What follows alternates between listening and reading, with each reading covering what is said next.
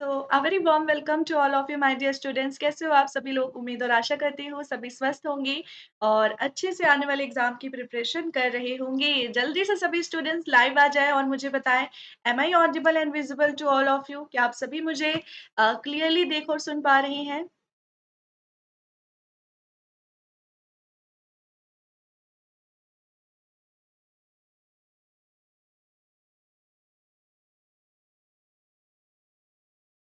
Alright, तो सभी को a very good afternoon to all of you dear students. उम्मीद और आशा करती हूँ आप सभी स्वस्थ होंगी और अच्छे से आने वाले एग्जाम की प्रिपरेशन कर रही होंगी। Very good afternoon Meena. तो स्टार्ट करते हैं हमारा आज का सेशन। आज हम टीचिंग एप्टीट्यूड एंड आईसीटी के क्वेश्चन लगाएँगे, ठीक है? आईसीटी के क्वेश्चन्स हम लगाएँगे। उससे पहले मोटिवेशन थॉट के साथ क्लास की स्टार्टिंग करते हैं।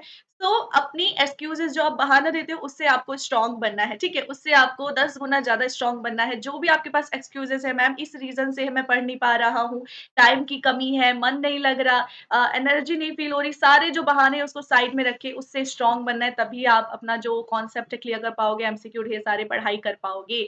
तो एक छोटा-सा परिचय अपने बारे में देना चाहूँगी। सो मैं हूँ ज्योति तिवारी मैम, जो आपको यूजीसी नेट पेपर 1 पढ़ाती हैं। इसी के साथ-साथ हिस्ट्री जो है पेपर 2 मैं आपको टीच करती हूँ। Very good afternoon Mishra, Shreya, Priya and all of you जो भी स्टूडेंट्स क्लास को देख रहे हैं। टाइमिंग आपको पता ही है, दोपहर के 2 बजे हमारी क्लास शुरू होती है, दूसरी क्लास होती है हमारी दोपहर के साढ़े 3 बजे, ठीक है? यूट्यूब पर। एप्लीकेशन की क्लास 6:40 पीएम एंड 8 पीएम की होती है। Perfect study partner and academy आप सभी के लिए डिफरेंट डिफरेंट कोर्सेस आपको ऑफर करते हैं। आइकॉनिक प्लस बैचेस हाँ, सो पहला क्वेश्चन है, आई एम सो सॉरी, पहला क्वेश्चन आप सभी के समक्ष है, what advantage do objective type test have over essay test? क्या एडवांटेज मिलता है जो ऑब्जेक्टिव टाइप क्वेश्चन होते हैं उनको, जो एडवांटेज है वो क्या मिलता है कंपैरिजन टू एसे टेस्ट? फटाफट इस क्वेश्चन को आंसर करेंगे।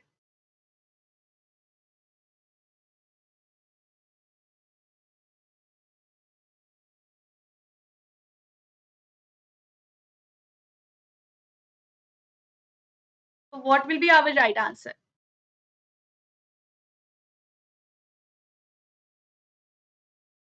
तो डियर स्टूडेंट्स, इसमें क्या आंसर सही होगा? ऑब्जेक्टिव टाइप जो क्वेश्चंस होते हैं,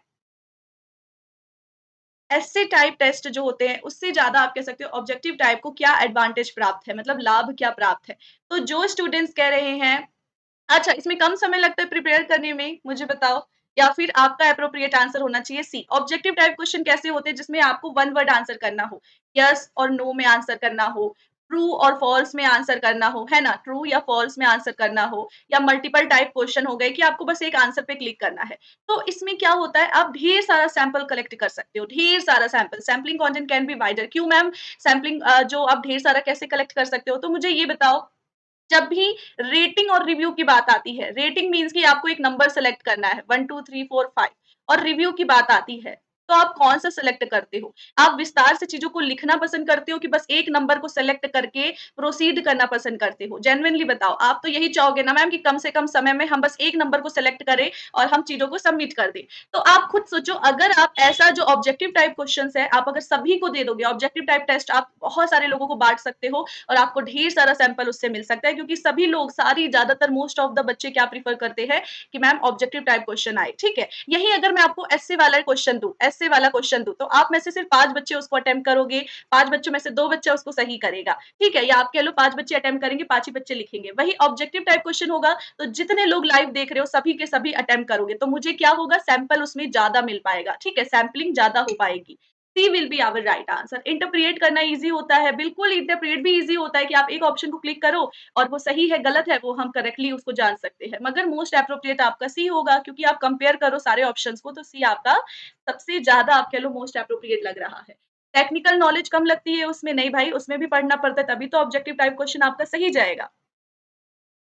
ओके, तो लेस टाइम लगता है प्रिपेयर करने में, बिल्कुल थोड़ा कम समय तो लगता ही है ऐसे टाइप में, मगर आप खुद सोचो, क्वेश्चन ढूँढना, क्वेश्चन को बनाना, सो समय तो उतना ही लगेगा, बस ये है कि आपको सैंपल ज़्यादा मिल पाएगा, क्योंकि हर बच्चा ये ऑब्जेक्टिव टाइप वाला ही प्रेफ़र करेगा लिखने के कंपैरिज़न में।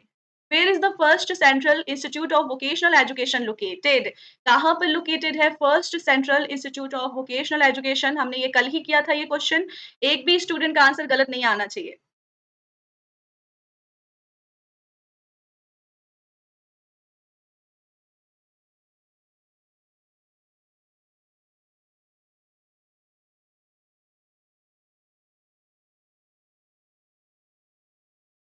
Okay, very good, very good. So what will be our right answer? Very good. बहुत डांट खाओगे, ये क्या सभी बी बी बी आंसर कर रहे हैं? कलकत्ता में लोकेटेड है? नो मैम, कलकत्ता में कैसे हो गया? भोपाल में लोकेटेड है। कल ही तो मैंने ये क्वेश्चन आपसे करवाया था। भोपाल में लोकेटेड है, इंडिया का first central institute of vocational education located. Vocational means कि जहाँ पे प्रैक्टिकल नॉलेज पे ज्यादा बात हो रही है, स्किल को बढ़ाने की बात ज्यादा की जा रही है कंपेरिजन टू थ्योरेटिकल नॉलेज, ठीक है। ये जो आप कह लो वोकेशनल जो इंस्टीट्यूट है उसका नाम है Pandit Sunderlal Sharma Central institute of vocational Education. इसका नाम है इंस्टीट्यूट का, जो कि ओपन हुआ था बच्चों 1993 में। कब ओपन हुआ था मैम? 1993 में इसको ओपन किया गया। कहाँ पर? भोपाल में किया गया। कहाँ पर? वेयर लोकेटेड कहाँ पर है? आपके भोपाल में है। भोपाल कहाँ पे मैम? मध्य प्रदेश में है। मध्य प्रदेश में क्या है मैम? सांची भी है, बहुत सारे मॉन्यूमेंट है, खजुराहो है, भीमबेटका है, बहुत सारे मॉन्यूमेंट आपके एमपी में है, ठीक है। So MP will be our right answer. Bhopal will be our right answer. The concept of connect intelligence is derived from what? Very good, Mamta. Very good. तो फटाफट इस क्वेश्चन को आंसर करेंगे, 15 सेकंड आपके पास है।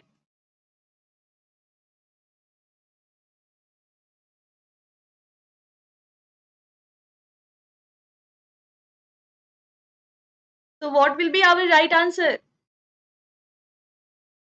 हेलो जानवी, फटाफट इस क्वेश्चन का आंसर करेंगे। कॉन्सेप्ट ऑफ कनेक्ट इंटेलिजेंस, ठीक है। Connect intelligence derive from value added network. कहां से आया है? ये वैल्यू एडेड नेटवर्क से आया है, ठीक है। D will be your appropriate answer. Next question. Equalization of educational opportunities provided in dash of Indian constitution. कहाँ पे बात की गई है कि आप कह लो कि इक्वल होना चाहिए, एजुकेशन अपॉर्चुनिटी जो आती है वो इक्वल होना चाहिए सभी के लिए, ठीक है। सभी के लिए इक्वल होना चाहिए, चाहे वो किसी भी कास्ट के हो, किसी भी आप कह लो एज ग्रुप के हो। कंपलसरी एजुकेशन बताया गया है, ठीक है। कंपलसरी एजुकेशन, आपको हिंट भी मैंने दे दिया। Very good, very good. तो जो भी स्टूडेंट्स कह रहे हैं मैम फोर्थ होगा, आर्टिकल 45 में, अनुच्छेद 45 में बताया गया है कि 14 एज तक आपको क्या किया गया है? कंपलसरी एजुकेशन किया गया है। कंपलसरी प्राइमरी एजुकेशन पर फोकस किया गया है। कंपलसरी एजुकेशन, ठीक है। कौन से एज तक? 14 एज तक। अच्छा, इसमें ये भी डिसाइड किया गया किस एज से लेके किस एज तक। तो मैंने आपको लास्ट तो बता दिया 14 एज। शुरू कौन से एज से है? ठीक है, शुरू कौन से एज से है? फटाफट मुझे बताओ, शुरू किस एज से है? क्या 6 टू 14 एज है या फिर 8 टू 14 एज है? फटाफट क्वेश्चन का आंसर करो। किस एज से शुरू है? Very good Sukhdev, very good. तो आपका यहाँ पे 6 से लेके 14 साल के जो 6 से लेके 14 साल के जो बच्चे उनको कंपलसरी एजुकेशन करने की बात की गई है। कहाँ पर? आर्टिकल 45 में, ठीक है। आर्टिकल 45 में। Very good Mamta, Priya, Meena, Anuj, very good. 10 plus 2 plus 3 year structure of education was propose by. Question 4 है ये। किसके द्वारा प्रपोज किया गया था? 10 प्लस 2 प्लस 3 का जो स्ट्रक्चर था, किसके द्वारा प्रपोज किया गया था?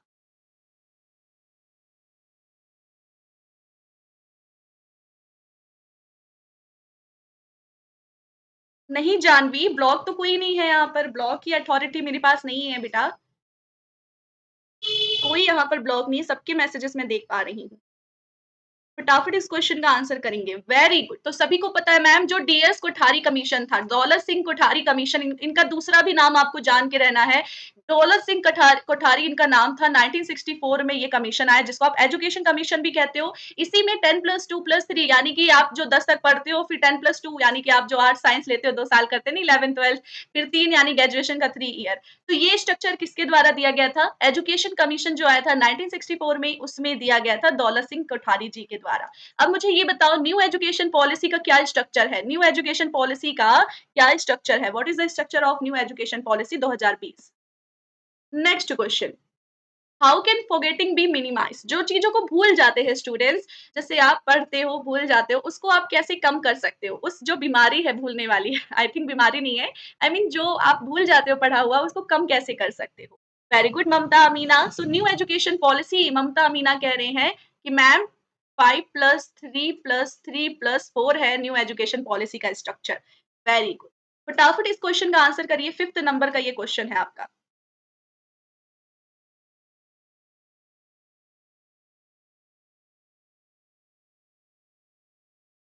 Very good, very good. So what will be our right answer? Those are saying ma'am over learning those are correct. देखो किसी चीज़ को जो आप सीख चुके हो उसको दोबारा अगर सीखोगे, मान लो आपने लेवल ऑफ जो आप टीचिंग होती है, लेवल ऑफ टीचिंग होती है वो आपने पढ़ लिया है, ठीक है? फिर आप उसको दोबारा से पढ़ोगे, दोबारा से लर्न कर रहे हो मतलब सीखी हुई चीज़ को दोबारा से सीखोगे, तो वो उस तरह से आप जो चीज़ों को भूल जाते हो उसको कम कर सकते हो। डीआई आप सालों पहले लगाते थे, अब आप फिर से डीआई लगाना स्टार्ट करोगे, तो आपको हो सकता है कि जो आप चीज़ें भूल गए वो आप दोबारा से याद कर सकोगे। रिसाइटेशन मीन्स होता है चीज़ों को दोहराना, ठीक है? जैसे आप फर्स्ट की क्लास में जाते हो, बच्चे टेबल दोहराते हैं 2 1 ज़ा 2, 2 2 ज़ा 4 तो वो पीछे उसके दोहरा रहे हैं, ठीक है? वो भी एक तरह से अच्छा मेथड है मगर आप कंपेयर करोगे ओवर लर्निंग और रिसाइटेशन को तो आपको लगेगा ma'am over learning is most appropriate क्योंकि पढ़ी हुई चीज़ को दोबारा से एनालाइसिस करके पढ़ना, दोबारा से मास्टरी कंटेंट में मास्टरी हासिल करना इज़ अ मस्ट थिंग कि आप चीज़ों को कम भूल पाओगे अगर ओवर लर्निंग करते हो। रटने से नहीं मैम, भेदभाव करने से no ma'am, over learning will be our right answer. Pravesh relearning means होता है कि आपने कोई चीज़ पढ़ी है, उसको एक बार और पढ़ना, ठीक है? आपने मान लो कोई कॉन्सेप्ट को पढ़ा, उसको बस एक बार और रिवाइज़ करना। री मीन्स क्या होता है कि मैम एक बार और रिवाइज़ करना। ओवर लर्निंग मीन्स होती है कि बार-बार रिवाइज़ करते होना, ठीक है? जैसे कि आपका एग्ज़ाम आने वाला है, अब आप एक कॉन्सेप्ट जो आप एक दिन पढ़ते हो, उसको हर संडे बार-बार, बार-बार रिवाइज़ करते हो जब तक कि एग्ज़ाम ना आ जाए। तो यही होता है ओवर लर्निंग कि आप बार-बार वही कॉन्सेप्ट को रिवाइज़ कर रहे हो ताकि आप भूलो ना और रीलर्निंग मीन्स कि बस एक बार रिवाइज़ करना। क्लियर है प्रवेश? क्लियर है? Next question. Hello Roma. So video transmission over the internet looks like delayed live casting is called.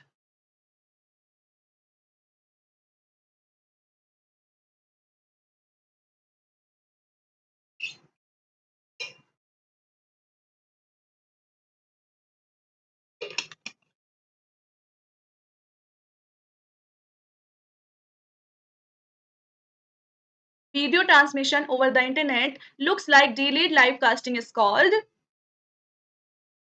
Very good. Very good.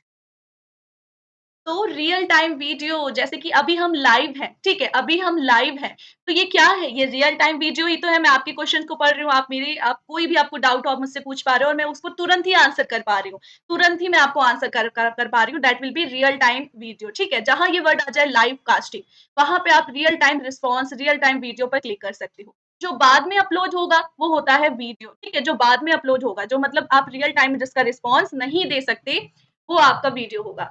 Which of the following is in Doordarshan educational television channel?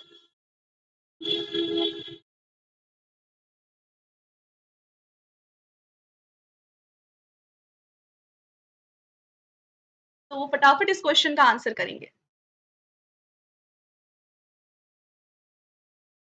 Meena delayed live casting इसलिए कहा गया बेटा क्योंकि जो हम live करते हैं ना उसमें आप कह लो थोड़ा-सा गैप होता है। जैसे कि मान लो 30 या 40 सेकंड का गैप होता है। जैसे अभी मैं जो बोल रही हूँ आपको 30 या 40 सेकंड बाद आपको वो मिलेगा। मतलब मैं जो अभी बता रही हूँ 30 या 40 सेकंड बाद आपको वो आंसर सुनने को मिलेगा। तो ये थोड़ा-सा डिलेड होता है लाइव क्लास में।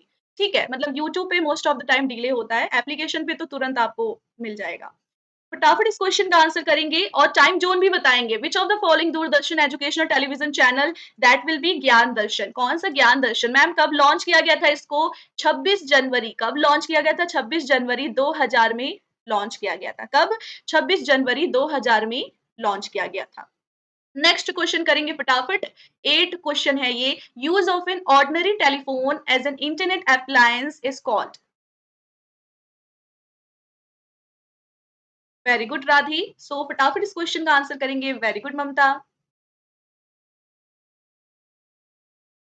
Ordinary telephone as an internet appliance की तरह आप यूज़ करते हो, उसे हम क्या कहते हैं?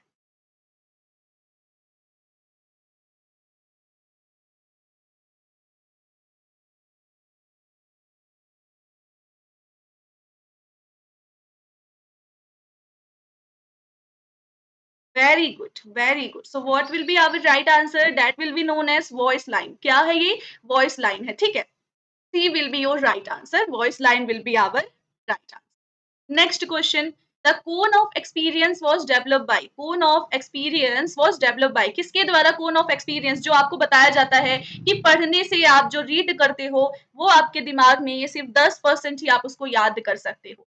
10% ही आप उसको याद रख पाते हो जो आप पढ़ते हो। जो आप सुनते हो हियर करते हो उसको फिर डिफरेंट आप कह सकते हो डिफरेंट नंबर जैसे 20% ही याद रख सकते हो। किसके द्वारा ये दिया गया था? ये जो ग्राफ था किसके द्वारा? Very good, very good. तो एडगार डेली के द्वारा ही कोन ऑफ एक्सपीरियंस दिया गया था। ये ग्राफ आप हमेशा याद रखिएगा अपने जीवन में।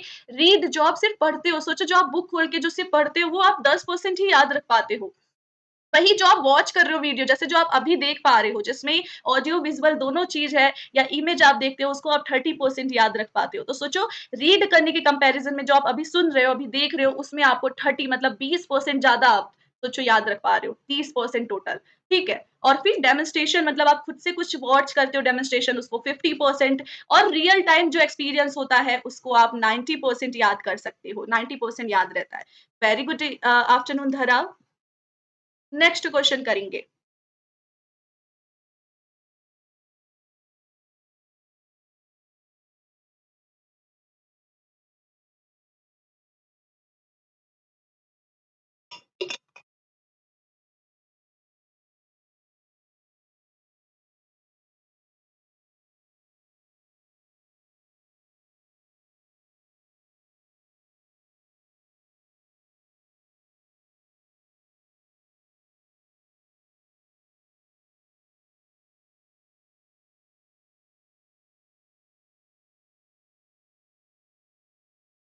Very good, very good. So सभी को याद है कि मैम अगर हम बहुत ही कम लिटिल रेलेवेंट इन्फॉर्मेशन इनपुट करेंगे कंप्यूटर में और एक बड़ी-सी finding a large number of document with a very little relevant information बहुत ही थोड़ी-सी इन्फॉर्मेशन डाल के आप बहुत ही आप कह सकते हो डॉक्यूमेंट को ढूँढ रहे हो, लार्ज नंबर ऑफ डॉक्यूमेंट के बीच में थोड़ी-सी इन्फॉर्मेशन पुट करके आप किसी पेज को, किसी वेबसाइट को, किसी डॉक्यूमेंट को डाउनलोड करना चाह रहे हो, that will be known as web crawl, ठीक है?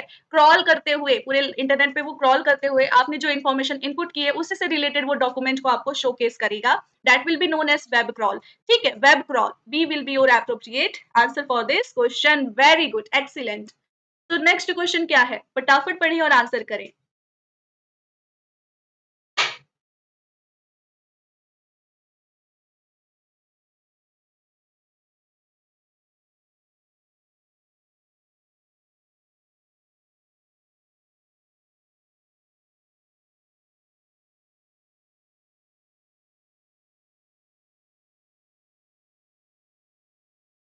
अच्छे से सोच समझ के इस क्वेश्चन को पढ़िएगा।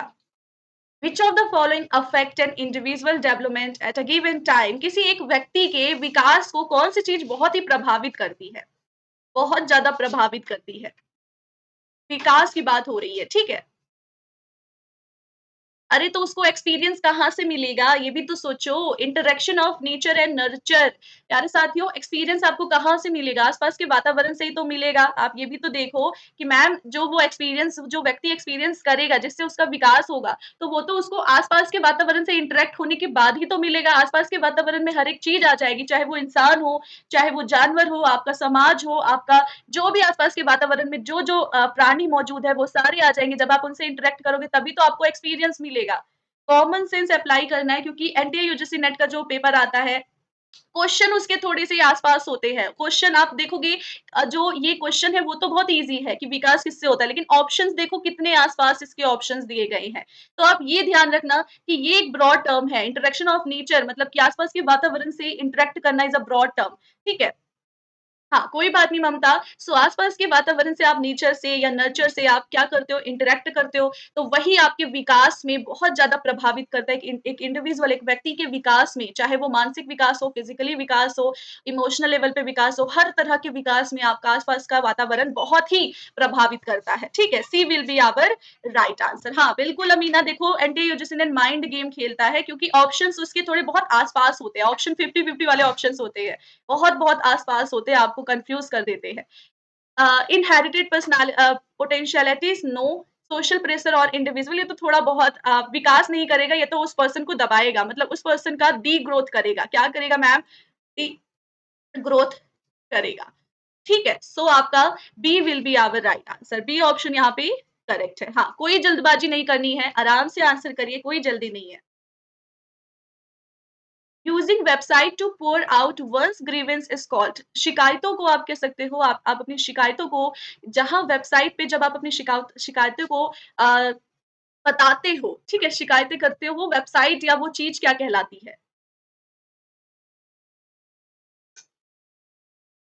और जो भी क्लास को देख रहे हैं, क्लास अगर पसंद आ रही हो, तो क्लास को लाइक ज़रूर करें, जिससे मुझे पता चल सके कि आपको क्लास अच्छी लग रही है, ठीक है? आपको क्लास अच्छी लग रही है, क्लास को लाइक ज़रूर किया करें। तो what will be our right answer in this question? Cyber venting. आप क्या हो रहे हो? वेंट आउट हो रहे हो, मतलब अपने मन में जो भी चीजें हैं आप उसको बता दे रहे हो। तो शिकायतों को आप कह सकते हो, जो वेबसाइट को आप यूज करके अपनी शिकायतें दर्ज करते हो, शिकायतें बताते हो, किसी से भी रिलेटेड शिकायतें, उसको हम साइबर वेंटिंग का नाम देते हैं। क्या देते हैं? साइबर वेंटिंग का नाम देते हैं। तो A will be our correct answer. Term हमेशा आपको याद रखना है, पेपर में हमेशा टर्म याद करके चलिएगा। द स्कीम ऑफ, हाँ, फटाफट इस क्वेश्चन को पढ़े और आंसर करें।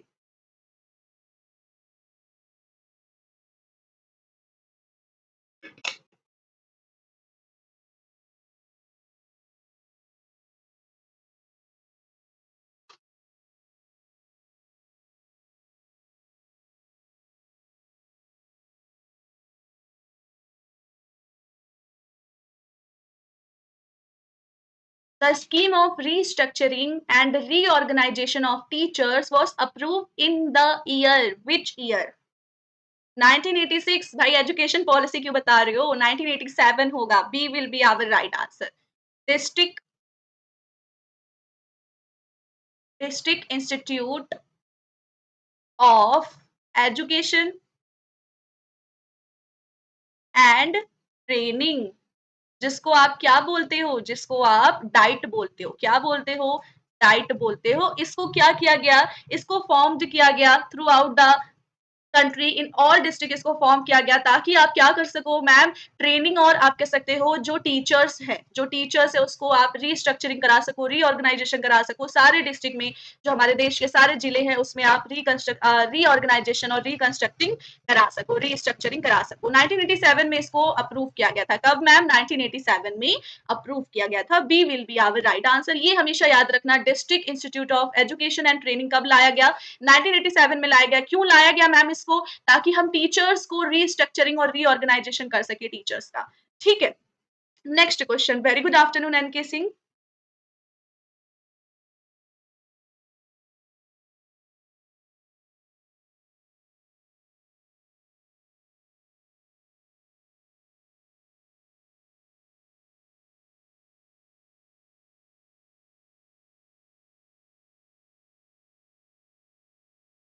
भारतीय, ये पीवाईक्यू भी है प्लस ये मिक्स एमसीक्यू भी है इसमें, ठीक है? क्योंकि पीवाईक्यू आपने बहुत सारी जगह पीवाईक्यू सॉल्व कर चुका है, तो आप लोगों को कभी-कभी शिकायतें होती है कि मैम ये रिपीट क्वेश्चन है, तो इस वजह से मैंने थोड़ा-सा इसमें पीवाईक्यू के साथ-साथ एमसीक्यू भी इन्वॉल्व किया है, ताकि रिपीट ना लगे आपको, ठीक है? लेकिन कल हम टीचिंग एप्टीट्यूड के क्वेश्चन को सॉल्व करेंगे, जो कि पीवाईक्यू, प्योर पीवाईक्यू होंगे। 2012 से 2022 तक जो टीचिंग एप्टीट्यूड के क्वेश्चन आए हैं, कल हम फटाफट उस क्वेश्चन को सॉल्व करेंगे। तो कल का सेशन मोस्ट इंपोर्टेंट होगा आप सभी के लिए। फटाफट इस क्वेश्चन को आंसर करेंगे। The development of students personalities affected the most बोला गया है, बहुत ज्यादा, किसके द्वारा? Emotional climate at home. घर से ही तो इंसान, कह लो घर से ही तो इंसान की पर्सनालिटी फॉर्म होती है। आपकी पर्सनालिटी कब फॉर्म होती है मैम? जब आपके घर में जैसा इमोशनल क्लाइमेट होगा, वैसे ही तो आपकी पर्सनालिटी फॉर्म होगी। सबसे पहला जो बच्चा सबसे पहले इंटरेक्ट करता है, कहाँ से इंटरेक्ट करता है मैम? घर में इंटरेक्ट करता है। बच्चों की पर्सनालिटी कैसे डेवलप होती है? किसी को बॉर्डर लाइन डिसऑर्डर है, कोई को नार्सिसिस्टिक कैरेक्टरिस्टिक्स है, कोई बहुत ज्यादा इमोशनल है, कोई बहुत ज्यादा गुस्सा करता है, कोई बहुत प्यारा है, कोई बहुत पारिवारिक है, कोई बहुत संस्कारी है, कोई बहुत पुजारी है। ये सब जो पर्सनालिटी है कहाँ से फॉर्म होता है मैम? घर से ही तो फॉर्म होता है। घर में जैसा इमोशनल क्लाइमेट होगा, वातावरण जैसा होगा इमोशनली, वैसे ही तो बच्चा फॉर्म होता है। क्लाइमेट, ममता, क्लाइमेट मीन्स होता है कि वातावरण, आप समझ लो क्लाइमेट मीन्स क्या होता है? हमारा जो नेचर का वातावरण। वैसे ही घर, अगर होम वर्ड जुड़ा है, तो होम मतलब क्या होता है? घर का वातावरण, ठीक है? घर घर का वातावरण, वो भी इमोशनली वातावरण, मतलब इमोशनल वर्ड जुड़ा है, मतलब इमोशनल एस्पेक्ट से बताना है। सभी एग्री करते हैं कि मैम घर का जैसा वातावरण होगा, इमोशनली जैसा घर का वातावरण होगा। अगर बहुत ज्यादा लड़ाई होती है घर पे माँ बाप के बीच में, तो बच्चे की पर्सनालिटी कैसी हो जाएगी? एकदम गुस्से वाला हो जाएगा, या एकदम मतलब अजीब ही हो जाएगा, ठीक है? तो बच्चे की पर्सनैलिटी डिपेंड करती है कि घर में कैसा इमोशनल वातावरण है, ठीक है? फटाफट बताओ, सभी एग्री करते हैं? बी आपका मोस्ट एप्रोप्रिएट होगा। सोशल ओरिएंटेशन तो बाद में आएगा ना, पहले तो घर आता है, पहले तो बच्चा घर में जब बच्चा मान लो 1 साल का है या 2 साल का है, तो वो तो पहले तो घर में ही है, घर से ही तो सीखता है पहले, फिर ना आप जाएगा सोशल इंटरैक्ट करेगा बड़ों से, पहले घर होगा, फिर बाद में सारे ऑप्शंस होंगे। देखो कितना ईज़ी क्वेश्चन था, इसमें students D, D, D, D, D कर रहे हैं, ठीक है? मोस्ट एप्रोप्रिएट आपका बी है, उसके बाद मैं ये नहीं कह रही कि डी गलत है या ए गलत है, नहीं। ये सब भी ऑप्शन सही है, मगर आप कंपेयर करो, सबसे पहले स्टूडेंट घर में इंटरैक्ट करेगा, तो वो घर से ही उसकी पर्सनैलिटी फॉर्म होगी। Next question, which of the following is an appropriate format of URL email? Uniform resource locator जो है, ईमेल का आपको एप्रोप्रिएट फॉर्मेट बताना है। कोई बात नहीं रोमा, स्टूडेंट की बात हो रही है मैम, डेवलपमेंट पर्सनालिटी। बेटा स्टूडेंट है तो एक बच्चा ही, और बच्चा स्टूडेंट आप कोई भी नाम ले लो स्टूडेंट का, किसी एक व्यक्ति का, घर से ही शुरू होगा, पर्सनालिटी जो उसकी डेवलप होगी वो घर से ही बन के आएगी, ठीक है? घर से ही बन के आएगी। एनटीए यूजीसी नेट ने होम कहा है, और जो कि मैं भी उससे सहमत हूँ। फटाफट इस क्वेश्चन का आंसर करेंगे। वेरी गुड, सभी स्टूडेंट्स कह रहे हैं ma'am www@mail.com is the full form format of email. Very good, तो यही है इसका, आप कह लो फुल ईमेल यही है, ठीक है? हाँ, एग्जाम में भी आया था मीना, वेरी गुड, एग्जाम में भी वो क्वेश्चन आया था। फटाफट ये क्वेश्चन देखिए और सॉल्व करें।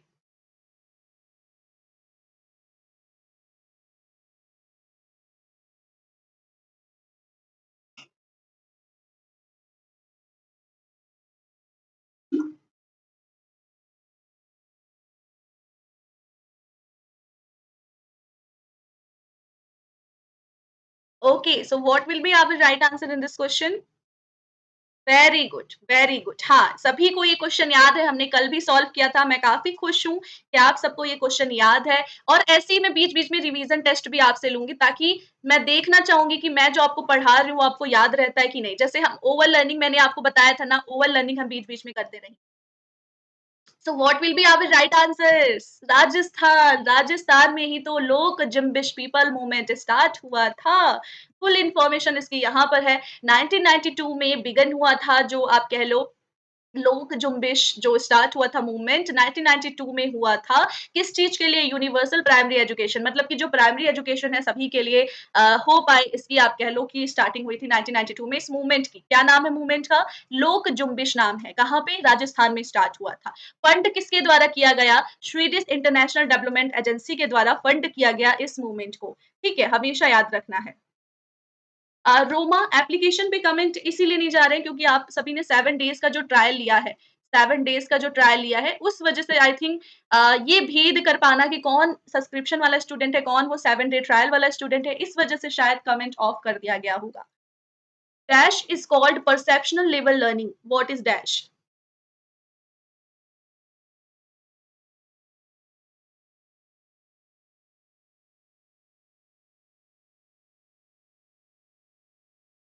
तो फटाफट इस क्वेश्चन का आंसर करेंगे।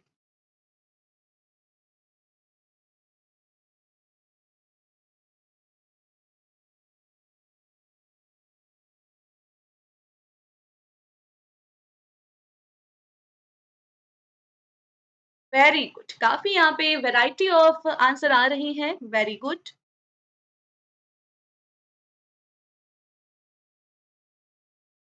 तो what will be our right answer? Perceptional means की प्यारे साथियों, जहाँ पे आपके नज़रिया डेवलप होगा, जहाँ पे एक दृष्टिकोण डेवलप होगा, ठीक है? तो वो सीन टू अनसीन, मतलब कि जो चीज़ नहीं देखा गया है, जब आप उसको ढूँढने की चाह रखते हो, जैसे हम रिसर्च में बात करते हैं फर्स्ट हैंड एक्सपीरियंस की, फर्स्ट हैंड डाटा, मतलब कि जहाँ पर अभी किसी ने, आप कह लो किसी ने उस चीज़ को नहीं देखा है, उस चीज़ को नहीं किया है, उस नॉलेज को नहीं प्राप्त किया है, आप उस चीज़ को लर्न करते हो, तो वो होता है सीन टू अनसीन। जो चीज़ नहीं की गई है, आप उस चीज़ को कर रहे हो। फर्स्ट हैंड एक्सपीरियंस को आप क्या करते हो मैम? हम कलेक्ट करते हैं। ठीक है, फर्स्ट चीज़ जो फर्स्ट हैंड एक्सपीरियंस, मतलब पहले जिसने कभी वो प्राप्त नहीं किया है, आप उस एक्सपीरियंस को प्राप्त करते हो, वो कहलाता है परसेप्शनल लेवल लर्निंग। मीन्स कि आप अपने परसेप्शन के हिसाब से जो चीज़ नहीं हुई है, आप उसको देखने की चाह रखते हो, उम्मीद रखते हो। रिसर्च में इसको प्राइमरी डाटा के नाम से जाना जाता है, जहाँ पे आप जो आप कह लो जिसकी आप जो डाटा है जो किसी के पास नहीं है, आप वो डाटा प्राप्त करने की कोशिश करते हो। जैसे इंटरव्यू करना चाहते हो ताकि रॉ डाटा आपको मिल सके, फर्स्ट हैंड डाटा आपको मिल सके। वैसे ही ये भी हो गया परसेप्शन लेवल लर्निंग में, ठीक है? परसेप्शनल लेवल लर्निंग में, क्योंकि हर व्यक्ति का परसेप्शन अलग है, किसी चीज़ को नई नॉलेज को प्राप्त करने का मन करता है ना? परसेप्शन सभी का अलग है, तो C will be our right answer. Next question फटाफट देखेंगे, आंसर करेंगे।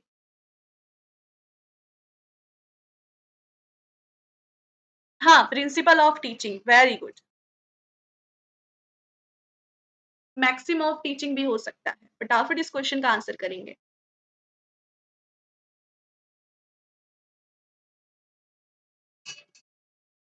आई थिंक मुझे हाइड होना पड़ेगा ताकि आप सब फुल इसको देख सकें।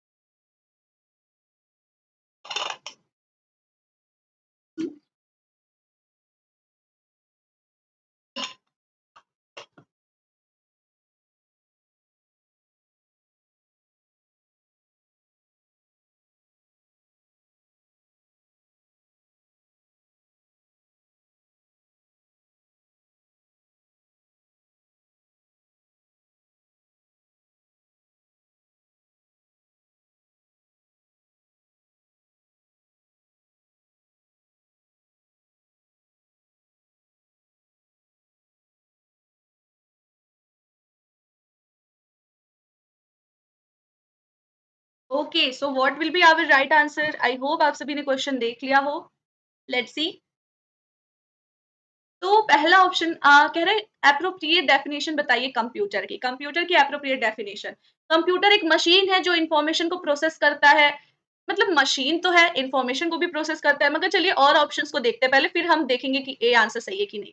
Computer is an electronic device, बिल्कुल बचपन से आपको बताया जा रहा है कंप्यूटर क्या है, इलेक्ट्रॉनिक डिवाइस है।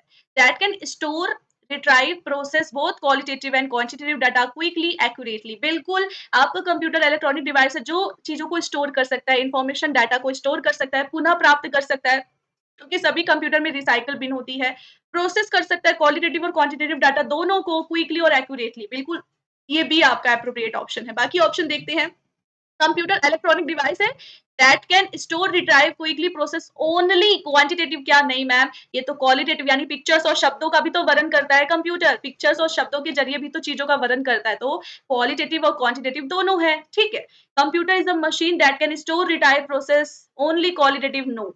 ये बोथ आप कह लो, स्टोर करता है, बोथ डाटा को प्रोसेस करता है। B will be our appropriate answer. Next question देखेंगे, आंसर करेंगे।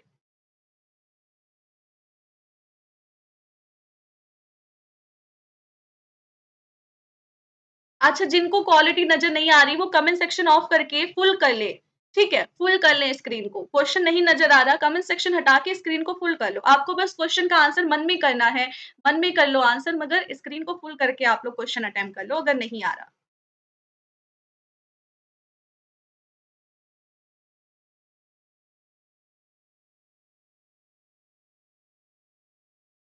So what will be our right answer in this question? Which of the following situation would the best for maximum transfer of learning?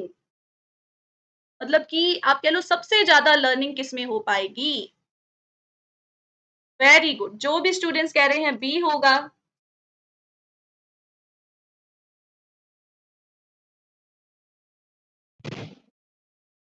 जो भी students कह रहे हैं ma'am B होगा, those are correct. Task different है मगर response same है, तो आप उस रिस्पॉन्स को हमेशा याद रख पाओगे, ठीक है। टास्क डिफरेंट है, different task requiring the same response, different different task जो है उसमें सेम रिस्पॉन्स आप कह रहे हो कि आ रहा है, मीन्स कि आप उस रिस्पॉन्स को फिर लंबे समय तक क्या कर पाओगे मैम, हम ध्यान में रख पाएंगे। तो B will be our right answer, ठीक है। B will be your appropriate answer. Which of the following statement is correct? कौन सा स्टेटमेंट इनमें से करेक्ट है? फटाफट इस क्वेश्चन को आंसर करेंगे। कौन सा स्टेटमेंट इनमें से करेक्ट है? और अगर क्लास अच्छी लग रही हो तो क्लास को लाइक भी करेंगे, ठीक है, क्लास को लाइक भी करेंगे।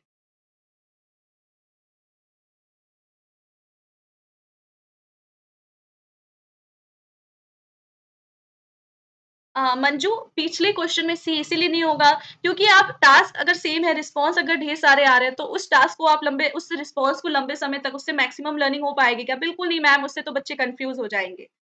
Next question. Very good, very good. तो जो भी स्टूडेंट्स कह रहे हैं मैम डी होगा, दोज़ आर करेक्ट। मॉडेम क्या है? मॉडेम कन्वर्ट करता है एनालॉग सिग्नल को into digital signal and vice versa, मतलब कि फिर डिजिटल को एनालॉग में कन्वर्ट करता है, एनालॉग को डिजिटल में कन्वर्ट करता है। D will be our appropriate answer for this question. चलो देख लेते हैं होमवर्क क्वेश्चन आपका क्या है यहाँ पर। ठीक है, और हाँ, देख लेते हैं फटाफट होमवर्क क्वेश्चन आज का क्या है। तो ये आप लोग स्क्रीनशॉट ले लीजिए, ये आपका होमवर्क क्वेश्चन है। ठीक है, इसका आंसर आपको कहाँ पे करना है? इसका आंसर आपको ऑफलाइन कमेंट, जब ये क्लास ओवर हो जाएगी, क्लास बीत जाएगी, ऑफलाइन कमेंट आ जाएगा, फिर आपको इसका आंसर करना है। क्वेश्चन क्या कह रहा है ma'am? Data can be save on backing storage medium known as, क्या उसको हम कहेंगे? ठीक है, ऑफलाइन कमेंट, क्लास के बाद ऑफलाइन कमेंट में इसका आंसर करना है। कैसे आंसर करना है? कमेंट सेक्शन पे जाइएगा, ऑफलाइन जब क्लास ओवर हो जाए, ऑफलाइन कमेंट सेक्शन पे जाएगा, लिखिएगा HW आंसर, ठीक है? होमवर्क आंसर, फिर अपना आंसर दीजिएगा। क्लासेस आपको पसंद आती हो, क्लासेस की टाइमिंग आप सभी को पता है, 6:40 पीएम 8 पीएम पे एप्लीकेशन क्लास होती है, दोपहर के 2 बजे, और दूसरी क्लास होती है 3:30 बजे। ये हमारी यूट्यूब क्लास की टाइम है, इस टाइम पर आप मुझे जॉइन कर सकते हो। आशा उम्मीद करती हूँ क्लास अच्छी लगी हो तो ऐसे ही अपना प्यार और सपोर्ट हमेशा बना के रखिएगा। ये चैनल को सब्सक्राइब ज़रूर कीजिएगा जिससे हमेशा आप नोटिफ़िकेशन पा सको। बेल आइकन को ज़रूर प्रेस करना है, और पीडीएफ डाउनलोड करने के लिए Telegram channel let's crack NTA UGC net को फॉलो ज़रूर करें। लाइक और शेयर ज़रूर करें क्लास को। तो मिलते हैं नेक्स्ट क्लास में, 3:30 पर हमारी दूसरी क्लास होगी। ठीक है, जिसमें हम मॉक टेस्ट यानी कि पेपर 1 के जो मॉक टेस्ट हम लगाएँगे, पेपर 1 के हर एक यूनिट से क्वेश्चन पूछे जाएँगे, सो उसमें भी आपको ज़रूर अटेम्प्ट करना है। अभी आप सभी से मैं विदा लेना चाहूँगी। उम्मीद और आशा करती हूँ क्लासेस पसंद आती हो, अपना प्यार और सपोर्ट अनअकैडमी और हमारे साथ बना के रखिए। मिलते हैं एक नई क्लास में, तब तक के लिए गुड बाय। जय हिंद, जय भारत।